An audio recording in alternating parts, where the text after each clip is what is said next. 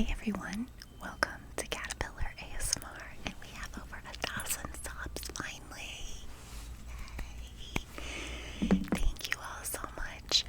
Today's video, in honor of 1,000 plus of you being here so far, is a Q&A I had posted in the community tab. What would you like to do for 1,000 subs to celebrate? And some of you left questions, so I thought today's video could be a quick Q&A featuring those questions, and it will be partly soft-spoken and also some whispers that are my favorite kinds of triggers. So let's hop into it. Let me get the questions. Trusty iPad here with the questions on it. Okay, let's go through these. Peyton Dodson, not Dobson, Dodson, asks, would love to know more about your personal life. Do you work outside of YouTube? Where are you from? Do you have any children? Yes, I do work outside of YouTube. I don't make any money off YouTube right now. I work in, I would say, a social services setting without revealing too much. I work with low-income people who are going through a lot of trauma. It's rewarding work. I'll have to do a video on that sometime. Someone had suggested that in another video. They wanted to hear more about working in social services. But yeah, I work in social services, public service sector, and I have for more than 20 years. Where are you from? I'm from Northern Indiana. Northern Indiana, close to Chicago. Do you have any children? I don't have any human children, but I have furry children who you've probably seen or heard in many videos with the cats creating havoc. And that reminds me that, this will be a whispered ramble too. I've never been much of a baby person. I've never really gravitated toward infants and toddlers the way some people do. Who was that artist? Was it Ann Geddes? She did calendars and artwork that featured babies like in baskets, and it was really popular, I think, in the 90s. I was never into that. I'm not, like I said, I'm not into babies and toddlers. I don't mean that sounds horrible, but I've just never been much of a kid person. I was an only child growing up, so I wasn't around kids my own age that much. I did have friends, but I didn't have younger siblings the way some of my friends did. And I remember in grade school, I went to a Catholic school, and sometimes the older kids, like in 7th and 8th grade, would be called upon to help the, say, kindergarten or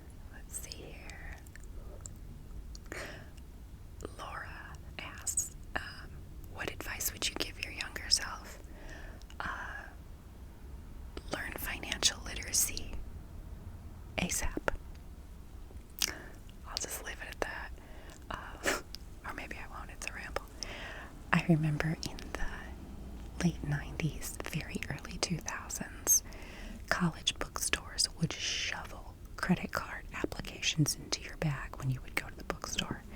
I remember literally going to the bookstore to buy like a gel pen, and they would put the pen in a bag, a whole big plastic bag for just a pen.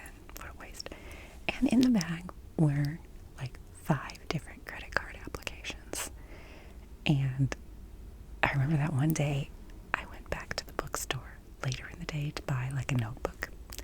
And I got another multiple, wad of credit card applications in the bag. It's like,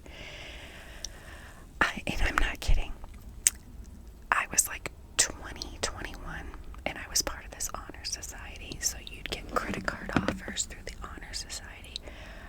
I'm not kidding. I had a joke of a job. I was maybe working like 3 or 4 hours a week in college. It was pin money. It was not. I had basically no income, a very little income, and I had at one point like $40,000, a $40,000 credit line with all the credit cards that I had, with basically no income. I wasn't making $40,000 a year. $40,000 credit line across several credit cards.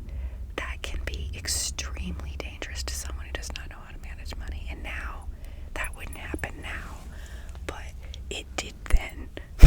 And so I would just say, learn to manage, learn financial literacy, learn to budget, learn to control spending urges. I remember when I was in the early years of college, I would buy, with that kind of credit limit, I thought, oh, the sky's the limit.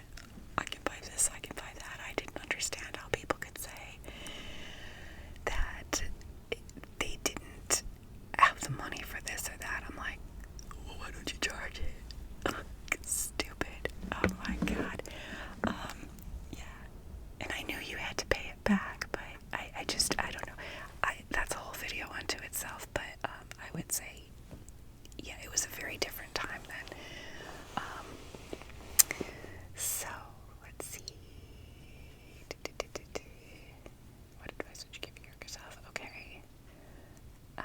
Molly Moon Boots asks, what are some of the unsolved mysteries, whether true crime, historical, etc., that you would like to know the truth about the most? I guess, it sounds cliche, but like, what was the deal with the Kennedy assassination? Who did that? Who orchestrated that? Who was behind it? Multiple people? Was it really just one person? Was it just Oswald acting alone? The next true crime video I am planning is about a journalist who may have known too much about the Kennedy assassination and was on the verge of revealing that before she died mysteriously. Her name is Dorothy Kilgallen. So yeah, I'd like to know that. What were the circumstances surrounding Marilyn Monroe's death? There's conspiracy theory that the Kennedys had something to do with that. What happened to Amelia Earhart? What else? Who was Jack the Ripper? And another mystery I would like to know the answer to. It's not true crime, it's personal. Around the early 2000s, when I was in college, I had this cat who we had to put down. And my family was devastated by this. But there really just scientifically wasn't any hope for her. And it would have been, the vet said, probably you're looking at like $500 a month in blood transfusions to keep her alive for maybe another 10 months.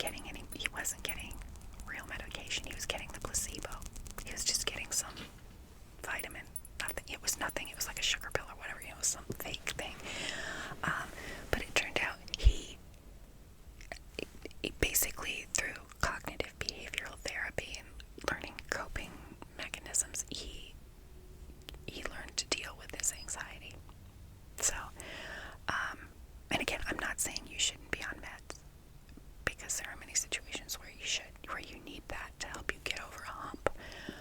But this Anxiety Busters program really helped me then. And like I said, I believe she's still in business. She's not retired. So check that out. It's anxietybusters.com. If anxiety is something you struggle with. Ala X asks, if you could live anywhere, where would it be? And what's your favorite holiday? If I could live anywhere, I would say it would be someplace with a cool temperature, like Ireland, England, Scotland maybe. I swear, if there is such a thing as reincarnation in past lives, I think I lived in that part of the world at some point. I've always been drawn to that part of the world for some reason.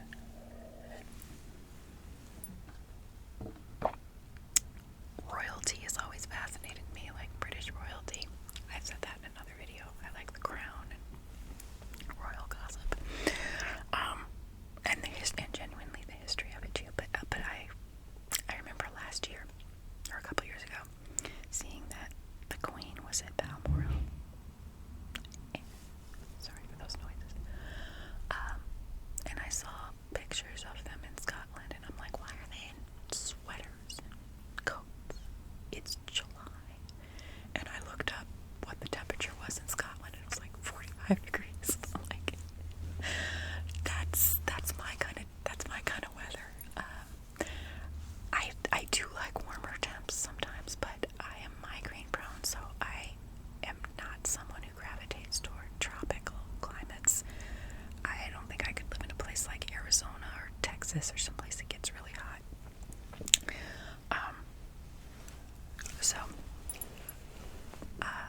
I'm like Wednesday Addams. I like clouds, chilly weather, fall weather. But it's paradoxical because summer is probably my favorite season because I like flowers and the greenery and the foliage. Looking out here and seeing this nature park across the street from my house, and it's got varying greens, lime green, dark green, all sorts of colors. It's just beautiful. And I like the longer daylight too during the summer months. So I can be happy with any temperature within reason. So, and what's your favorite holiday? That's a good question. You know, I don't really celebrate holidays traditionally. I don't necessarily go all out for one or the other. I'm inclined to say maybe like Halloween, but I'm not into like slasher decor, like Freddy and Jason and severed heads, and that sort of thing just kind of creeps me out sometimes, or it just gets to be too much. But I would say since becoming more spiritual and getting more exploring spirituality, you know, in the Celtic tradition, Halloween, it's Samhain in the Halloween. It's Samhain in the Celtic tradition. It's pronounced Samhain. I think it's spelled Samhain. That is on Halloween, and it marks the beginning of the Celtic New Year, and that's intriguing to me because I'm a junkie for renewal and setting goals, and that I often break. But so I've been kind of into that around the fall and autumn time lately. The last few years, it's autumn. Halloween time becomes a special time for setting goals and getting all cozy and snuggling in for the winter. For like a day or two, I might be into Christmas. Like I said, I've become more spiritual and getting back to my faith roots in Christianity and in a more spiritual form of Catholicism that I was raised with. Certainly not dogmatic by any means, but I don't like the commercialism of Christmas, and working in social services, I've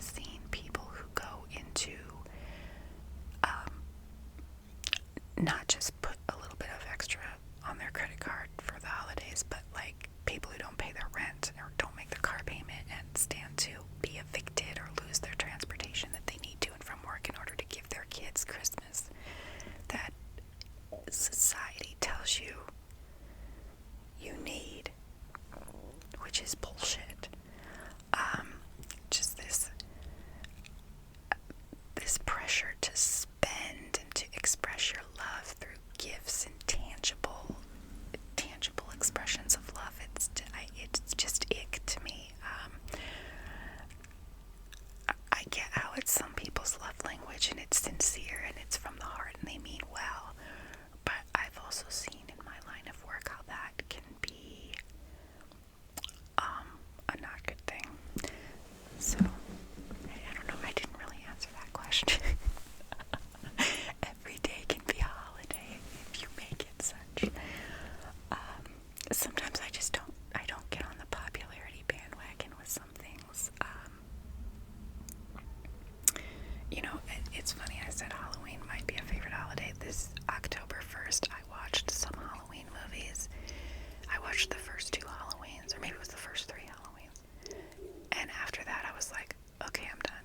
I'm like Halloweened out.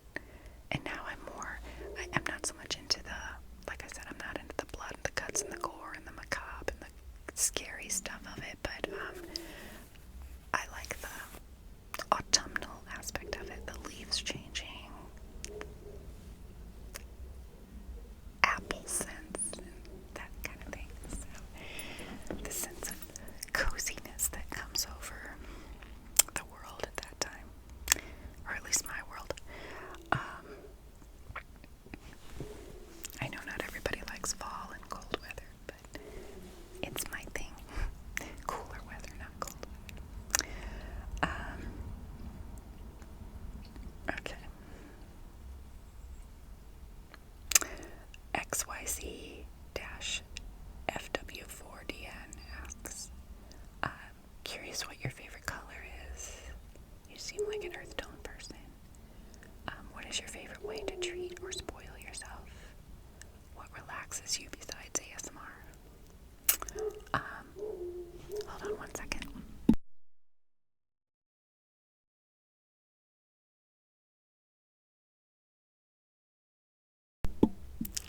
That dog, I don't know if it's gonna stop barking. I'll turn the gain down a little bit here.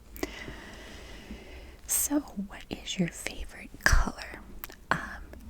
I don't have one really. I like all colors. It depends on what it is.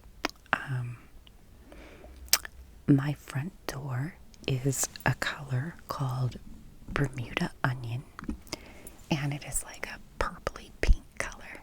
It sounds crazy, but it works. And my front steps are a color called Holy Guacamole, and that is a limey green guacamole kind of color. And I know that sounds wild, but they work together, particularly with the flowers that I have out there and the other things to make it look cozy and quirky and cottage-like. My living room is a burnt orange color. I've got touches of grape purple in the bedroom, and yeah, I don't shy away from wild colors. Clothing-wise, I'm into that army green color. I have a couple dresses that are that color. It just depends. But I'm not. I can't say one color in particular. What is your favorite way to treat or spoil yourself?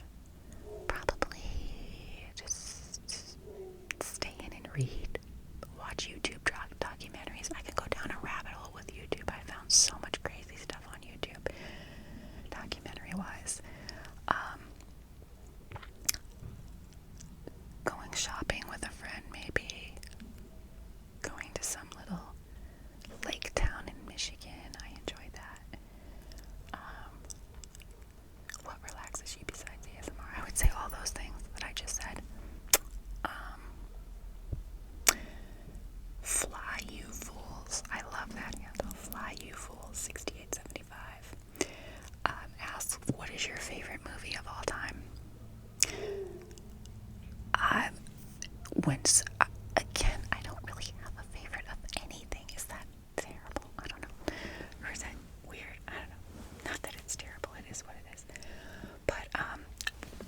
first thing that comes to mind as far as childhood is Dirty Dancing.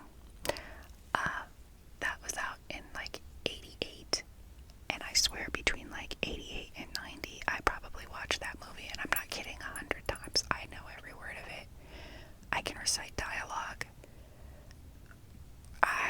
My friends and I watched that on VHS tape. We would look forward to that on the weekends, going to somebody's house and spending the night and watching Dirty Dancing, ordering pizza, drinking pop, soda, whatever you call it. We call it pop in the Midwest. Out of one of those big, like from here, one of those big paper containers.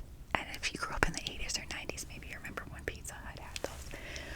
Pop wasn't in bottles. It was in these cardboard containers. And the straw would get lost in it when you'd stick the straw in it because the container was so big. I remember I had the soundtrack to Dirty Dancing on cassette tape. There was Dirty Dancing 1 and there was Dirty Dancing 2 with more music from Dirty Dancing. I think it was called More Dirty Dancing, the second tape. And my friends and I would try to do that lift scene that Patrick Swayze does with Jennifer Grey at the end of the movie. We'd try to do that with each other where he does that lift above his head. So that's a favorite. For sentimental reasons, I haven't watched it in a while. I would say now a movie that I put on in the background frequently if I find it on streaming is Step Brothers. If you don't like crude humor, if you don't like profanity, every other word being the F word, or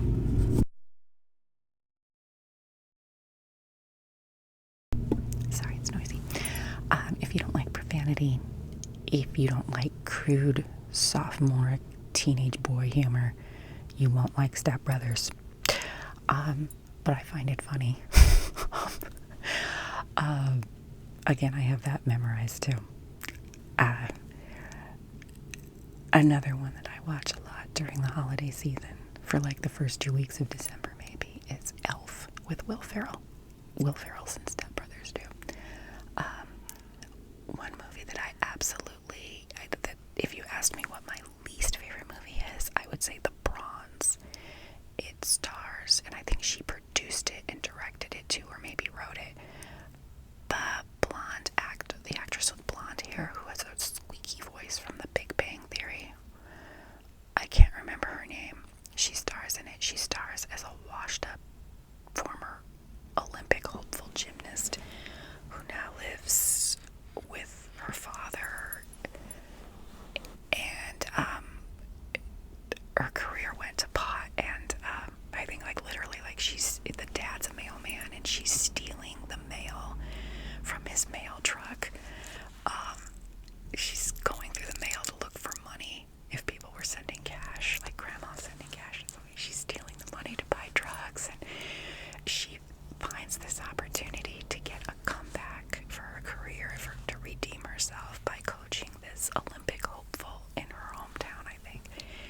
And she ends up trying to sabotage this poor girl, and it's supposed to be funny, but it falls, I think it falls flat. I think it's got a ton of profanity, and again, I'm not offended by profanity if I like Step Brothers, but I felt like this movie was trying to be the next Step Brothers, but it fell flat for me.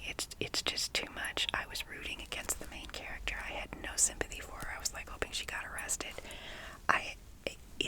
And I'm sure it's not the worst movie ever made, but I just remember being really let down by it. We saw that in the theaters, and I didn't like it. So, okay. Penny Royal says a lo-fi Q&A would be cool. I am gonna get out my lo-fi mic when I find it again. That I did do videos earlier on with my little lapel mic. I'm gonna have to find that and do that again.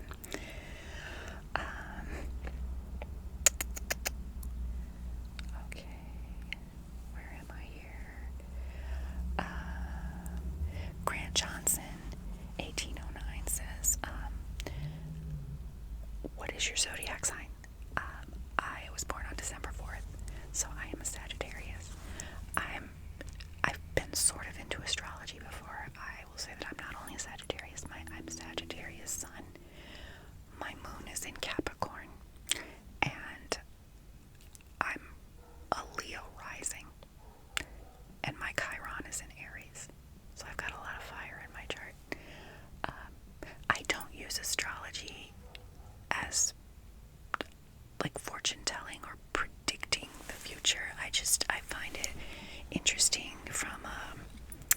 a self-help, self-awareness standpoint, I think it's an interesting, creative way to analyze oneself, particularly since people thousands of years prior used the stars to understand things better. I just find it interesting, but I don't take it as like some gospel truth. It's more entertainment to me, or just take it for what it's worth. Take what helps you, leave the rest. Take what empowers you to be better. Okay. A bunch of people saying they want more true crime, and that is coming. Key Marie 238 asks, what got you into ASMR, and who are some of your favorite ASMR artists? Oops. I actually wrote this down on a piece of paper, old school piece of paper with a pencil. So I don't want to forget anybody. Who are my favorite ASMR artists? First of all, let me say, what got you into ASMR? I always had it, come to think of it, but I didn't know I didn't know the name, obviously. I remember when I was a kid, my mom would read to me, and when she would read to me, I would just get so relaxed, and she would often run her fingers through my hair, or brush my hair while reading to me, and I would just get tingles, so to speak. Not really, but you know what I mean. An ASMR experience, but I didn't know that that's what it was then. I really didn't know about ASMR until like 2018, when I was looking up hypnosis and found the ASMR community, and I've just been so into it ever since. Who are your favorite ASMR artists? Water Whispers, ASMR October, Soft ASMR. If you like whispered rambles, ASMR October is great. Soft ASMR is great. ASMR Majestic, Lori Latte ASMR, Destiny Whispers. She hasn't posted much. The next ones that I'm going to mention don't post as much anymore, but Destiny Whispers, she's supposed to be making a comeback soon. She is a mechanical engineering graduate student, and I sucked at math. She explains math. She does math on her iPad with the little iPad pencil, so there's like tapping and writing sounds. It's really great for relaxation, but I don't know what the hell she's talking about. But it's so relaxing to me and so interesting, but I don't know what the hell she's talking about when she talks about high-level calculus and engineering concepts. It's Greek to me, but it's interesting. Another one is ASMR Zelda. She's from, she lives in Ireland. She's Belgium. She does a lot of whispered rambles. She hasn't posted much lately. I hope she comes back and posts some more. Miss Vindicat is another one who I absolutely love. She is Dutch. She speaks English, though. She does her videos in English. And she posted, I think, last week, after not having posted in a while. But I really like her videos. It's just very relaxing. Whispered rambly type videos. Cat's Eyes ASMR is another favorite of mine. She's more on Instagram now. She hasn't posted videos lately, but I think she says she's gonna come back at some point. She does a lot of makeup videos, rummaging through her makeup collection and perfume, and it's just very good. It's just great whispers. Yeah, that's pretty much everybody on the list. And I listen to a lot more too, but those are the main ones. Whispering is my favorite thing, and I like listening to people whisper about their days. They may be very different from me. They may be very different personality types. Another one, ASMR X Babe. She's very different from me, but I love her whispers.